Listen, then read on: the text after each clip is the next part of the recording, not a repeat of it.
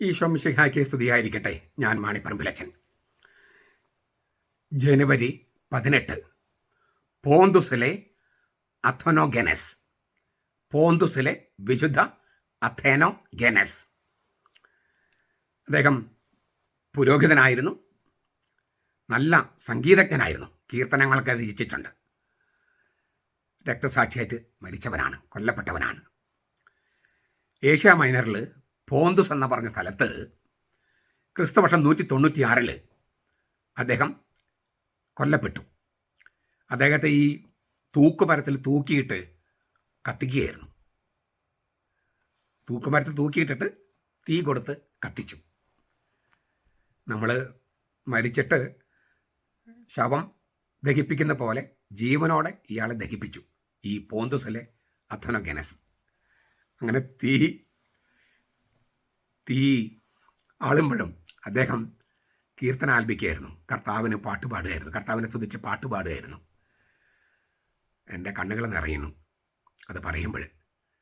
കർത്താവിന് വേണ്ടി പാട്ടുകൾ എഴുതി പുരോഹിതനായി ജീവിച്ച് രക്തസാക്ഷിയായിട്ട് കൊല്ലപ്പെടുമ്പോൾ, തീ കൊടുക്കുമ്പോൾ അദ്ദേഹം കർത്താവിന് പാട്ടുപാടി മരിച്ചു.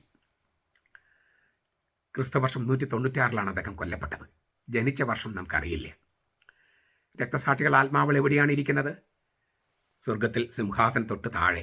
വെളിപാട് പുസ്തകം 6-ാമത്തെ അധ്യായം 9 മുതൽ 13 വരെ വാക്യങ്ങൾ.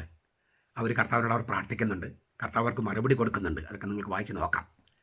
അതൊക്കെ വ്യാഖ്യാനം ആവശ്യമുള്ള ഭാഗങ്ങളാണ്, എങ്കിലും നമുക്ക് വായിച്ചാൽ കുറച്ചൊക്കെ മനസ്സിലാകും. അപ്പോൾ രക്തസാക്ഷിയായിട്ട് മരിച്ചാൽ നമ്മൾ എവിടെ ഇരിക്കുന്നവരാണ്? സ്വർഗത്തിൽ സിംഹാസനം തൊട്ട് താഴെ. അവർ പ്രാർത്ഥിക്കുന്നു. നമ്മൾ വിശുദ്ധ ബലി അർപ്പിക്കുമ്പോഴും ഈ സ്വർഗത്തിലെ വിശുദ്ധരോടും രക്തസാക്ഷികളോടും മാലാഖമാരെ ചേർന്നാണ് ദൈവത്തെ ആരാധിക്കുന്നത്. അപ്പോൾ അവരോട് ചേർന്നിട്ടാണ്, അവരുടെ പ്രാർത്ഥനയോട് ചേർന്നിട്ടാണ് നമ്മൾ മരിക്കുമ്പോഴും അവിടെയാണ് എത്തേണ്ടത്. ഞാൻ അനേക പ്രാവശ്യം നിങ്ങളോട് പറഞ്ഞിട്ടുണ്ട്, ഞാനിങ്ങനെ പ്രസംഗിച്ചു കൊണ്ടിരിക്കുമ്പോൾ ആരെങ്കിലും പോയിൻ്റ് ബ്ലാങ്കിൽ എന്നെ വെടിവെച്ച് കൊല്ലണമെന്നും, അങ്ങനെ ആ രക്തം ഊർന്നു വരുമ്പോൾ ആ രക്തമെടുത്തിട്ട് വെടിവെച്ചൻ്റെ നെറ്റത്തൊരു കുരിശ് വരച്ചിട്ട് ഹായ് ജീസസ് എന്ന് പറഞ്ഞ് മരിക്കണമെന്നുമാണ് എൻ്റെ മോഹം. ഇപ്പം എനിക്ക് 61 വയസ്സാകാൻ പോവുകയാണ്, 60 പൂർത്തിയാകാൻ പോവുകയാണ്, 61ലേക്ക് കടക്കാൻ പോവുകയാണ്.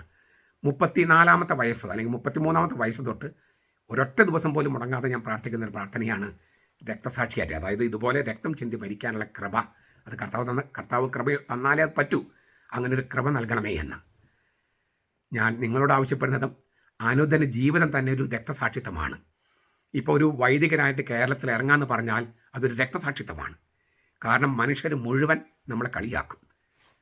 കാരണം അത്രയും വൃത്തികെട്ട സ്വഭാവമാണ് നമ്മളിൽ ചിലർ കാണിക്കുന്നത്. അത് മീഡിയയുടെ മുമ്പിലും പോലീസിന് മുമ്പിലും എല്ലാവിടെയും നമ്മൾ നാറ്റിക്കുകയാണ്. എല്ലാ വൈദികരും ഇങ്ങനെയാണ് എന്നൊരു ചിന്ത ഉണ്ടാകാം.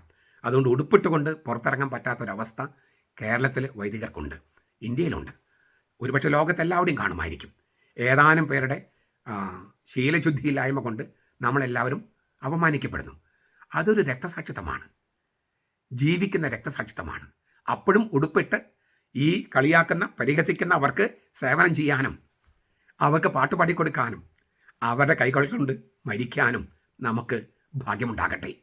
നമ്മുടെ കർത്താവ് ഈശോ മിശിഹായുടെ കൃപയും പിതാവായ ദൈവത്തിൻ്റെ സ്നേഹവും പരിശുദ്ധാത്മാവിൻ്റെ സഹവാസവും നാം എല്ലാവരോടും കൂടി ഉണ്ടായിരിക്കട്ടെ, ഇപ്പോഴും എപ്പോഴും എന്നേക്കും.